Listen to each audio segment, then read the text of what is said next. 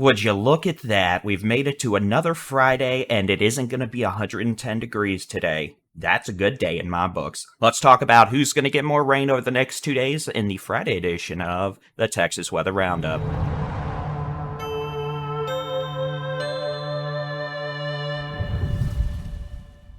Good morning. It is Friday, the 15th of September, 2023. I'm Texas Storm Chasers Boldy-in-Chief David Reimer. I'll give you one guess as to why I'm Boldy-in-Chief, but it might have something to do with the fact I'm bald at age 32. But hey, you know what? That is okie dokie. You know what else is okie dokie?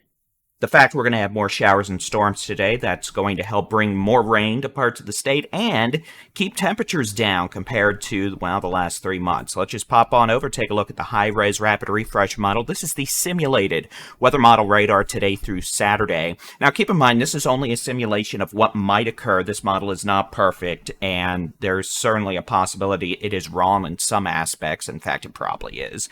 But as you can see, we're probably going to have a cluster of storms moving to the southeast this morning across the big country, north-central Texas, towards the Brazos Valley and southeast Texas by this afternoon. Trailing that cluster of storms will be an outflow boundary that sets up from the hill country back into the Permian Basin in West Texas, and that may spark off additional thunderstorms this evening. And some of those storms could be a bit rowdy. We'll talk about that in the severe weather outlook next. Otherwise, as you can see, scattered pop-ups this afternoon into tonight. Another round of storms Saturday morning across the Edwards Plateau, the Rio Grande Plains, West Texas, the Panhandle, into the Permian Basin, generally calming down by early Saturday afternoon. And we may see more pop-ups Saturday afternoon.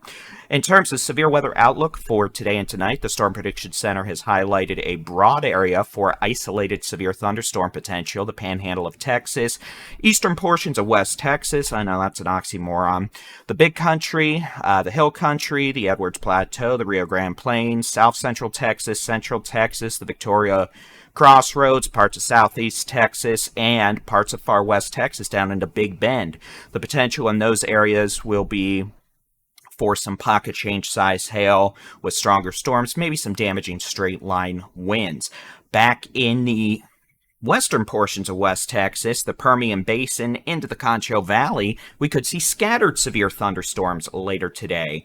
And those could also have pocket change to golf ball size hail, damaging straight line winds of 60 to 75 miles per hour, kind of like we saw yesterday, and a very low threat of a brief tornado. The tornado threat today very low, but not zero, especially with that outflow boundary we just talked about trying to set up. That could help to locally enhance the low-level wind shear. So we would call it more of a mesoscale accident versus a synoptic setup if we had a tornado today, but that threat certainly not zero. In terms of forecast rain totals through 7 a.m. Sunday, as you can see, we are expecting an additional, let's just say 1/4 to perhaps 1.5 inches of rain across the Panhandle, West Texas, the Permian Basin, all the way southeast, pretty much through the southern 2/3 of Texas. The losers in this game, Texoma, the Arklatex, North Texas from DFW Northeast, the Piney Woods of East Texas, and far west Texas around the borderland down into Big Bend. Now, keep in mind, given the more scattered nature of storms over the next few days, just like the last few days, not everyone's going to get wet. Some folks may get a bunch of rain. Some folks may not get a thing. When you add it all up over the last 4 to 5 days, that's how we end up with a pretty good state coverage of rain. Some of you have not had rain, and that means some of you are going to be quite displeased with me.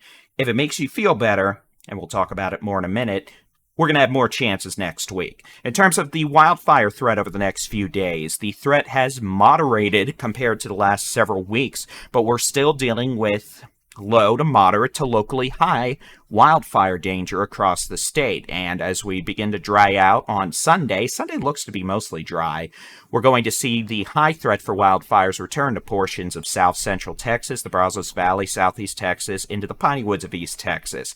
While we have had beneficial rainfall, we have not had enough to get us out of the drought by any stretch of the imagination, and the dead grass is still dead.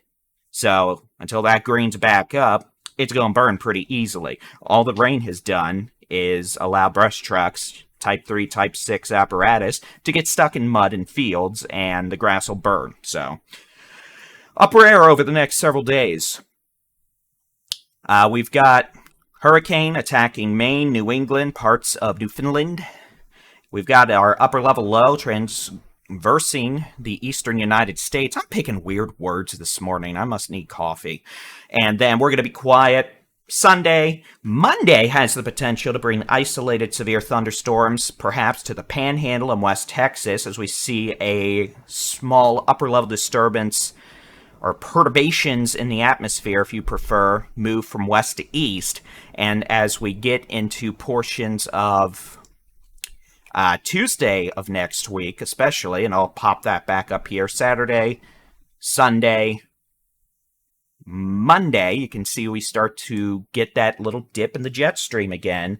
And then by Tuesday of next week, you can definitely see what we're talking about. We start seeing lower height anomalies over our neck of the woods, which just means a more active upper level jet stream pattern. And then you could see little perturbation in the atmosphere moving overhead. And then that big upper level low sitting across the southwestern United States. It's not really going to move too much next week, but it's going to kick out little pieces of upper level energy over towards us, allowing for the possibility for more showers and storms next week across the northern half of Texas.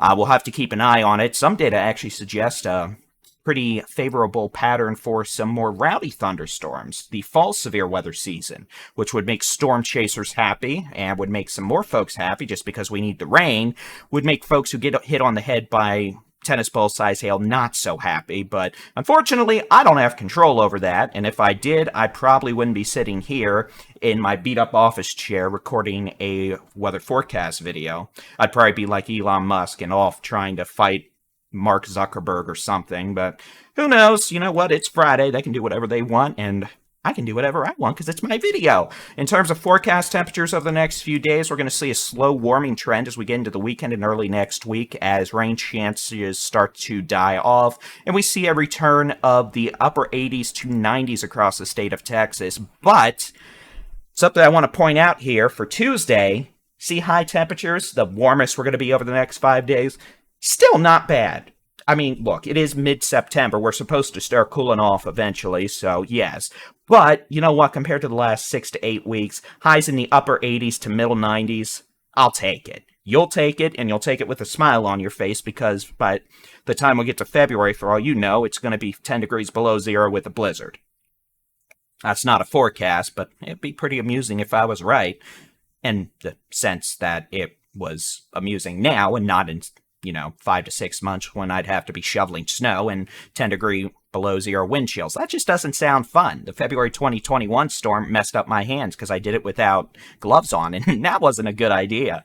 All right, that's going to be it for your Texas Weather Roundup today with the typical weekend schedule. We don't usually produce weather roundups on the weekends, but if we need to, we shall. Otherwise, we'll have the next one out bright and early by 7 a.m. on Monday. Thank you to all those who have been giving us thumbs up and likes on the Texas Weather Center YouTube channel. Thanks for those subscriptions. We really appreciate it. We appreciate all y'all commenting every day. We do go through and read those. Otherwise, it's great to see the channel grow. It's great to see such good interaction. Y'all make it a good Friday, make it a great weekend, and God bless. We'll talk to y'all on Monday, if not a bit sooner.